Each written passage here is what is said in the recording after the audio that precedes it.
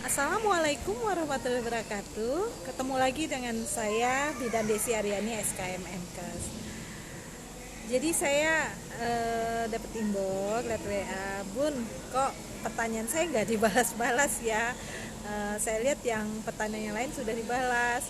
Tolong dong Bun, saya mau bertanya masalah bagaimana caranya tetap sehat, baik keadaan hujan atau kemarau, dan tetap sehat selalu. Saya minta maaf sekali ya Bunda kalau saya baru sempat untuk membalas karena kesibukan saya urutkan satu persatu ya yang saya balas. Kebenaran hari ini saya ada waktu dan saya bisa menjawab pertanyaan Bundanya. Terima kasih Bunda yang sudah bertanya. Jadi begini ya Bunda, untuk selalu sehat itu saya pernah menerangkan tipsnya di video-video saya sebelumnya. Tapi saya akan mengulas kembali masalah bagaimana supaya bundanya sehat selalu bersama keluarga dan sehat semuanya sekeluarga. Jadi yang pertama, bunda-bunda, pada situasi yang seperti ini, yang keadaan cuacanya tidak menentu ini, bundanya harus sekali untuk menerapkan protokol kesehatan. Karena kita tidak tahu di luar sana banyak sekali penyakit-penyakit berbahaya yang mengancam jika kita tidak menerapkan protokol kesehatan. Bundanya setiap keluar harus menggunakan masker, mencuci tangan, menjauhi kerumunan. Nah, ini sangat penting sekali bunda-bunda. Jadi kalau tidak ada yang diharuskan untuk keluar dari rumah, bundanya nggak usah keluar rumah. Jadi kalau keadaan memang seperti ini, keadaan yang seperti ini nih, jika memang bundanya harus benar-benar keluar dari rumah, bundanya baru keluar dari rumah. Ketika keluar dari rumah, terapkan protokol kesehatan. Jangan lupa memakai masker, mencuci tangan, menjauhi kerumunan. Ini sangat penting sekali ya Bunda untuk diterapkan. Bukan pada saat wabah COVID seperti ini saja, tapi ini akan mencegah kita. Pertama, jika ada penyakit-penyakit yang bisa menular lewat udara seperti TBC dan lain-lainnya. Jadi protokol kesehatan ini penting sekali ya Bunda. Mencuci tangan juga penting karena gini, selain memakai masker, mencuci tangan, menjauhi kerumunan. Nah, mencuci tangan ini menjauhkan juga kita dari kuman-kuman yang ada di luar. Bukan hanya kuman COVID, tapi kuman-kuman yang lain juga ya, yang bisa terkontaminasi seperti diare ya. Nah, itu yang pertama Bunda harus terapkan masalah protokol kesehatan. Terus yang kedua, saya berulang kali mengingatkan bunda-bundanya untuk jika memiliki anak yang lagi bayi itu untuk mendapat vaksinasi. Saya juga pernah menerangkan di beberapa video saya sebelumnya masalah vaksinasi ya, masalah vaksin imunisasi. Nah, ini sangat penting sekali Bunda. Jadi bundanya jika ingin sehat itu dimulai dari kecilnya harus sehat, dari dalam kandungannya juga harus sehat. Dan ketika bundanya sudah menjadi seorang bunda pun, bunda akan tetap sehat dan mengandung bayi yang sehat juga. Karena siklus kehidupan tadi ya bunda-bunda, tidak bisa kita dapatkan kesehatan itu instan. Tidak hanya bundanya menjaga kesehatan pada saat bundanya sudah menjadi seorang bunda atau menjadi seorang ibu saja. Jadi diterapkan dari bundanya mulai menjadi seorang remaja wanita yang harus sehat. Jadi dari mulai kandungannya, dari kandungan ibu bundanya dulu memang bayinya sehat, diperiksakan kehamilannya, di penuhi apa kebutuhan nutrisi pada saat hamilnya, dan ketika lahir pun seorang calon ibu ini tadi yang masih merupakan seorang bayi ini tadi mendapat vaksinasi. Nah, ketika dia sudah lahir pun dia mendapatkan ASI eksklusif. Apa yang kami maksud dengan ASI eksklusif itu adalah pemberian ASI selama 6 bulan tanpa yang lain-lainnya, tanpa pendamping ASI. Jadi jika bundanya, banyak nih mitos yang beredar di luar, jika bayinya baru lahir diberikan madu, diberikan pisang, biskuit atau yang lain-lainnya, ini tidak benar. Jadi ketika bayi itu lahir, sesegera mungkin diberikan ASI, dibersihkan payudaranya dan diberikan ASI. Bun, tapi ASI saya belum keluar, jadi saya tidak memberikan ASI. Tetap dirangsang Bunda, tetap diberikan ASI bayinya, karena ini akan membantu dia kekebalan tubuhnya untuk jarang sakit. Ketika dia sudah menjadi seorang ibu pun, dia akan menjadi seorang ibu yang kuat dan akan melahirkan generasi-generasi juga yang sehat. Jadi itu yang kedua ya Bunda, masalah imunisasi. Nah, terus pemeriksaan kehamilan ketika bayi ini di dalam kandungan dan mendapat ASI eksklusif ketika dia sudah lahir. Terus ketika dia sudah lahir pun dia mendapatkan ASI yang dari ibu yang menjaga pola makannya. Jadi tonton video saya masalah makanan yang baik untuk seorang ibu yang menyusui. Ketika dia menjadi seorang balita, nah taruhlah dia mendapat makanan pendamping ASI 6 sampai 12 bulan, 12 bulan sampai 1 tahun, 1 tahun sampai 2 tahun, dan 2 tahun sampai 5 tahun. Tonton juga video saya masalah makanan pendamping ASI yang baik untuk balita, yang baik juga untuk bayi, yang baik buat remaja, yang pernah saya buatkan videonya di sebelum-sebelumnya. Jadi untuk Bunda yang bertanya tadi, saya akan bahas secara lengkap ya, mungkin tidak lengkap benar sih, saya akan coba menguraikan satu persatu. Jadi jika Bundanya sudah menjaga protokol kesehatan, menjaga, karena Bundanya sekarang sudah menjadi seorang ibu, ketika Bundanya sudah memiliki seorang bayi, balita atau sedang mengandung, terapkan juga pola makan yang baik pada bayi dan balita yang pernah saya buat. Bagaimana nanti ASI ini menjadi ASI yang berkualitas. Nah, jadi buat bunda-bundanya, untuk kesehatan itu tidak didapat dengan instan ya.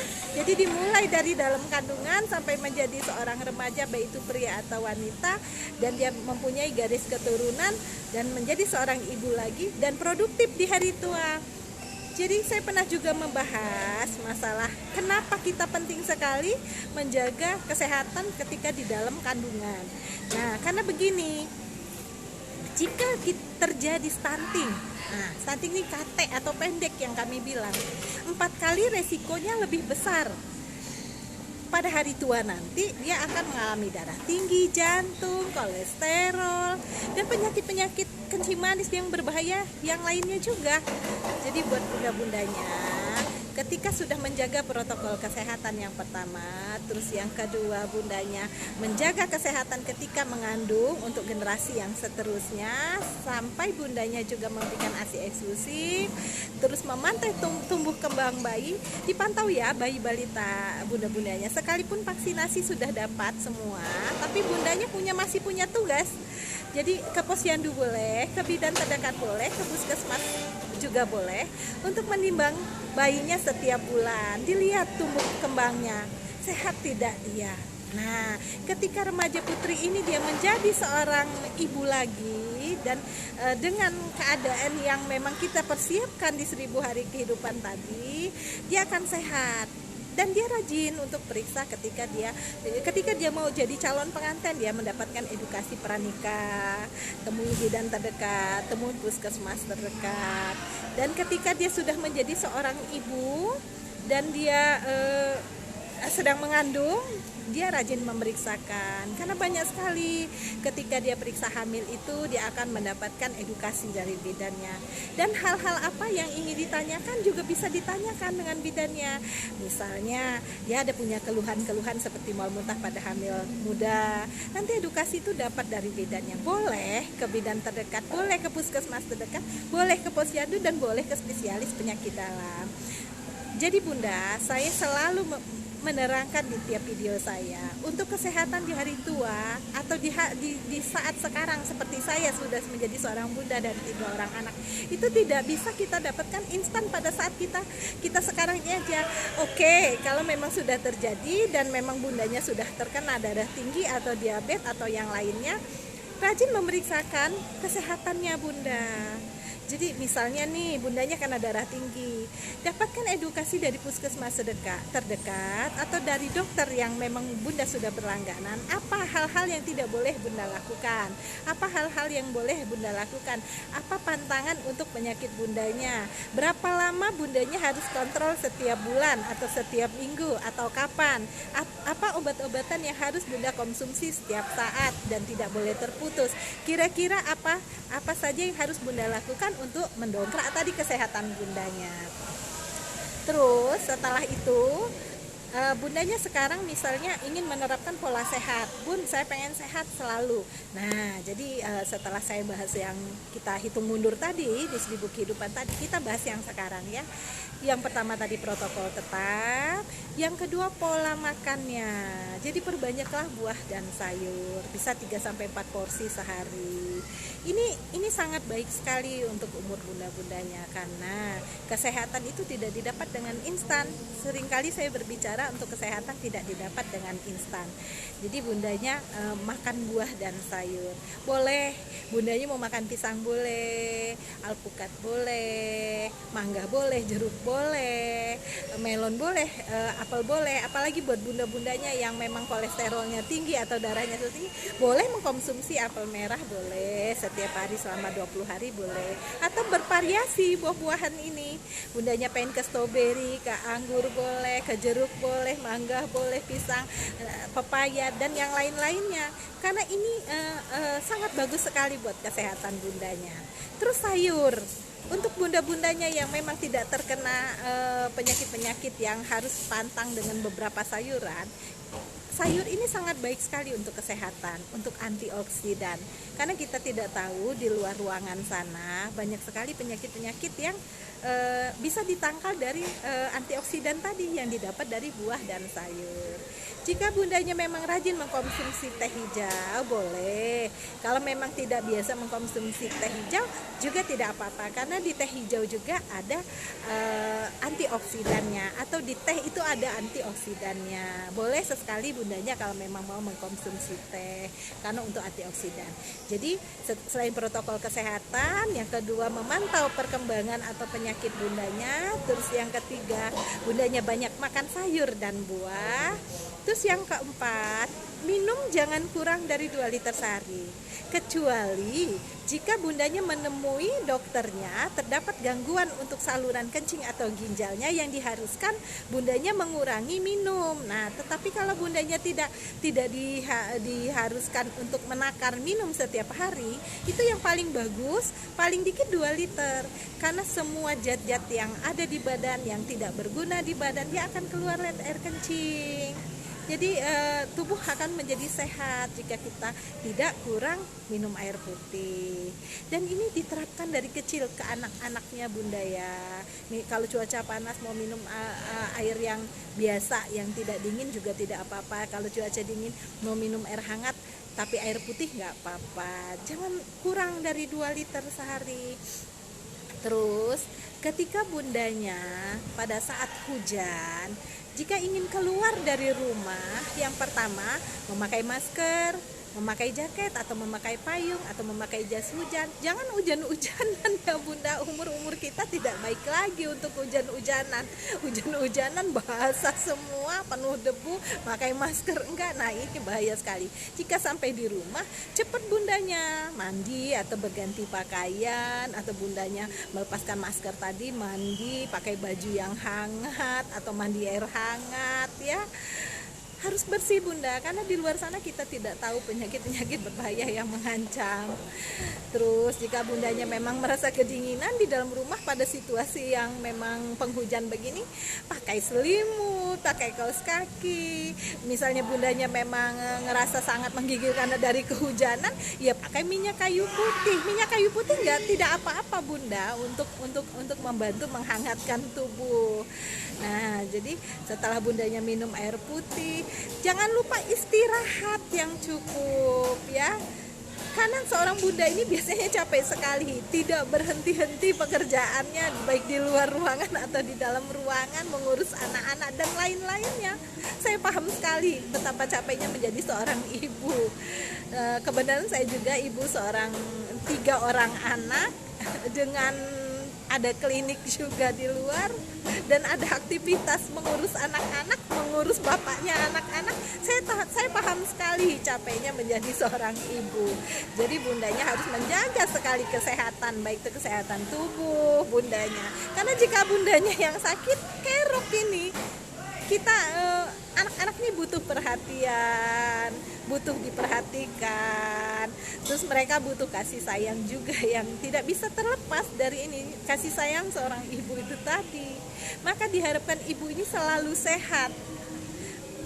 Karena dengan sehat tadi kita banyak hal-hal positif yang bisa kita lakukan. Terus setelah minum air putih jangan kurang dari 2 liter, istirahat yang cukup. Bundanya juga jangan stres, karena stres ini tidak baik juga untuk kesehatan. Banyak sekali hormon-hormon jelek yang akan keluar jika bundanya stres. Jadi seorang ibu tuh harus kesehatan fisik dan mentalnya harus dijaga sekali. Karena dia akan memberikan garis keturunan atau dia akan mendidik anak-anak untuk menjadi anak yang pintar, soleh dan sehat di masa depannya. Generasi yang unggul yang saya bilang tadi. Jadi setelah bundanya beristirahat yang cukup, lakukan aktivitas, selalu berpikir positif. Saya selalu menerangkan di video-video saya sebelumnya untuk selalu berpikiran positif dan tetap berbagi kebaikan.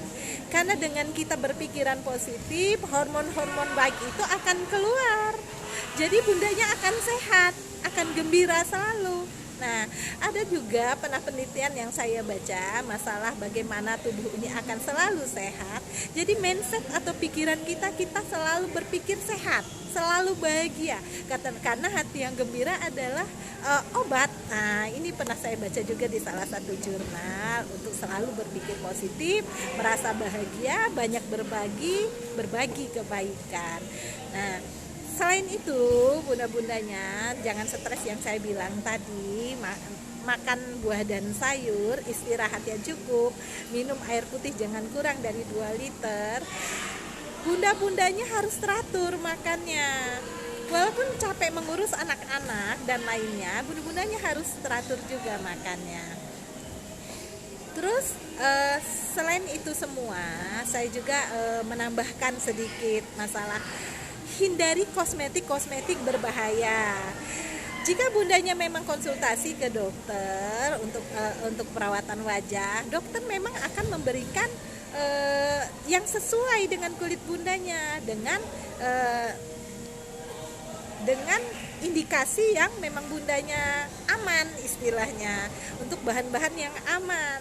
Tapi kalau bundanya membeli kosmetik berbahaya di luar, itu saya khawatirkan ada efek sampingnya seperti merkuri atau hidrokinon di atas ambang batas yang normal. Nah, ini akan merusak tubuh bundanya. Nah, selain itu lagi ada lagi yang bundanya harus hindari juga. Kurangi makanan-makanan instan, makanan-makanan yang mengandung bahan pengawet, pewarna, pemanis buatan. Karena jika ini dikonsumsi sesering dan sesering mungkin, ini akan mengganggu untuk kesehatan bundanya juga. Nah, jadi dari beberapa yang saya utarakan tadi, Bunda, tolong diterapkan ya. Selalu tersenyum merupakan obat juga ya. Seperti yang saya bilang, saya pernah membaca sebuah jurnal, sebuah penelitian menyatakan hati yang gembira adalah obat. Jadi bundanya yang berbagi kebaikan, dengan begitu hatinya menjadi gembira. Lakukan aktivitas Bunda. Jangan lupa pagi itu Bunda melakukan jalan-jalan santai. Jadi bundanya jalan-jalan santai di bawah terik matahari pagi, paling dikit 20-30 menit. Kalau ada anak balitanya ya ajak, nggak apa-apa bunda-bunda. Ada anak remajanya yang memang lagi tidak sekolah, ajak, nggak apa-apa, pakai protokol kesehatan, jalan-jalan sebentar terus pulang. Sehingga bundanya dapat sinar matahari pagi. Karena sinar matahari pagi ini tinggi sekali vitamin D-nya. Dan ini baik sekali untuk kesehatan tulang, ya Bunda, untuk kesehatan kulit bundanya juga. Terus selain itu, bundanya ajarkan anak sedini mungkin, dan bundanya pun menerapkan juga banyak mengkonsumsi ikan, karena di ikan ini di beberapa ikan itu tinggi sekali protein dan kalsium, juga vitamin D-nya untuk kesehatan kulit, mata, dan kesehatan organ-organ kita. Pilih ikan-ikan yang segar, ikan-ikan air tawar yang segar, yang tidak ada pengawetnya. Terus ikan-ikan segar, ikan laut tapi yang segar, yang tidak ada pengawetnya. Dan sedini mungkin ajarkan anak untuk mengkonsumsi ikan, biar sehat ya tubuhnya. Selain buah sayur, istirahat yang cukup, makan yang teratur, terus minum air putih jangan kurang dari 2 liter, tetap protokol kesehatan ketika bundanya harus keluar dari rumah, terus istirahat yang teratur, terus bundanya juga berpikiran yang positif, terus melakukan aktivitas olahraga ketika pagi hari. Nah, insya Allah badan bundanya sehat selalu. Dan jangan lupa yang saya bilang tadi, hati yang gembira adalah obat. Terus selanjutnya yang tidak kalah penting adalah untuk bunda-bundanya yang sudah memiliki penyakit berbahaya atau belum memiliki penyakit, rajin dikontrolkan ya bunda. Misalnya bundanya sering darah rendah. Nah, temui puskesmas terdekat, temui bidan terdekat atau klinik terdekat atau dokter terdekat. Apa saran dokternya, makanan-makanan apa yang bisa bunda makan jika bundanya selalu darah rendah. Terus kalau tadinya kecapean, dikurangi porsi kecapeannya.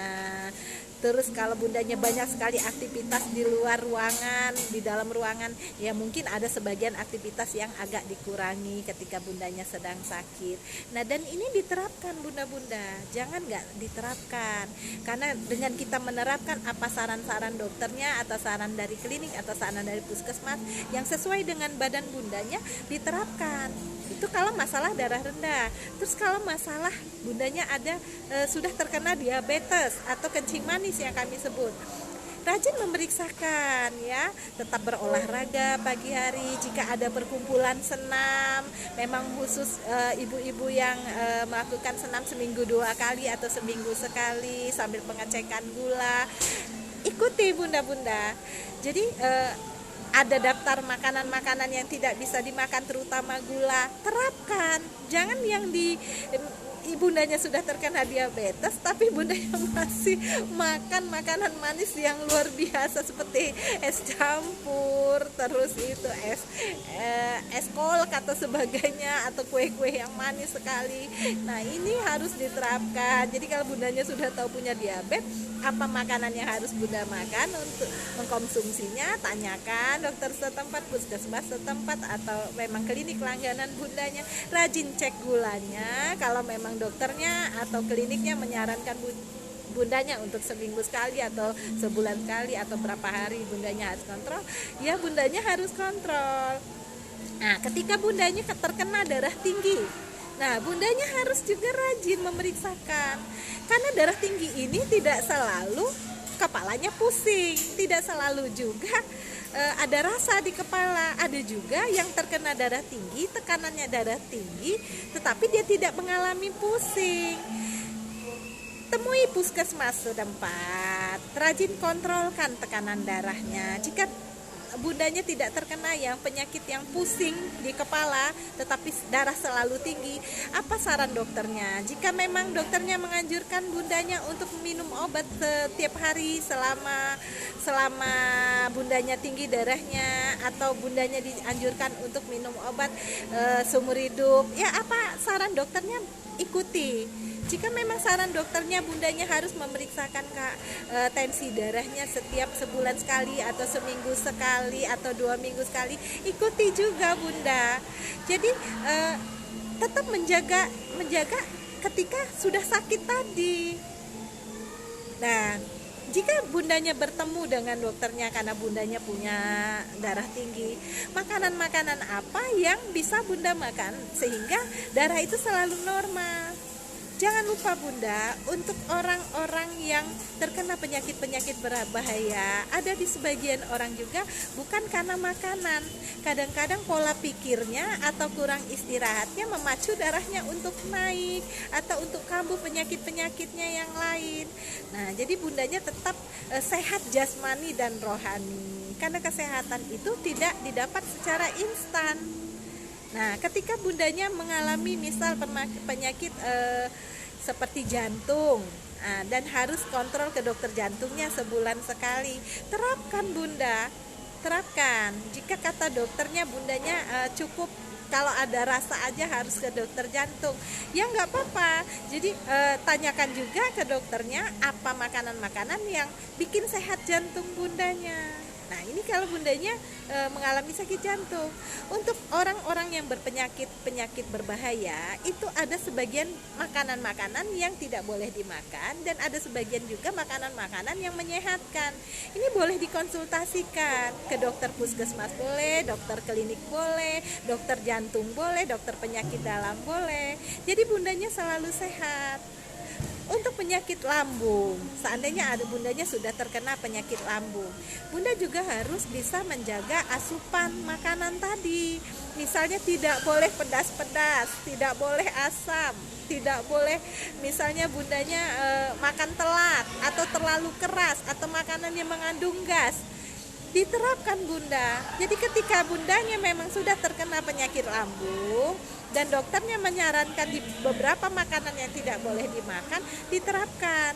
Dan jika dokternya menyarankan misalnya makan seperti bubur dulu, atau bundanya harus kontrol seminggu sekali, atau bundanya harus kontrol 2 minggu sekali, atau walaupun sehat bundanya harus tetap terpantau, diterapkan bunda. Karena kesehatan itu yang saya bilang tadi tidak didapatkan secara instan. Jadi ketika bundanya memang sudah mengalami penyakit, rajin diperiksakan. Dan banyak penyakit-penyakit yang lain yang saya mungkin tidak bisa bahas satu persatu. Jadi buat bunda yang bertanya, sesungguhnya pertanyaan bundanya ini sangat-sangat bisa luas sekali saya menerangkannya. Cuman waktu saya yang belum cukup untuk menjabarkan satu persatu.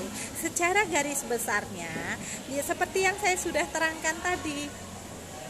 Bagaimana tetap sehat baik cuaca kemarau atau cuaca penghujan, bagaimana keluarga tetap sehat, bagaimana bunda sekeluarga tetap sehat, bagaimana sehat terus sampai di hari tua dan produktif. Ini tidak luput dari tadi yang saya terangkan satu persatu. Jika sudah terjadi penyakit, rajin periksakan, apa pantangannya jangan dimakan. Terus kalau memang ada hal-hal yang harus dilakukan, bundanya terapkan. Jika memang dokternya menganjurkan bundanya harus kontrol dan memang harus rajin kontrol, diterapkan juga. Terus jangan lupa berpikiran positif, hati yang gembira, selalu tersenyum dan bersyukur dengan keadaan yang ada. Jadi hormon-hormon baik itu akan keluar jika bundanya selalu berpikiran positif, bersyukur dengan keadaan yang ada. Maka insya Allah bundanya, hormon-hormon baik tadi akan membantu bundanya akan tetap semangat dan akan terus sehat.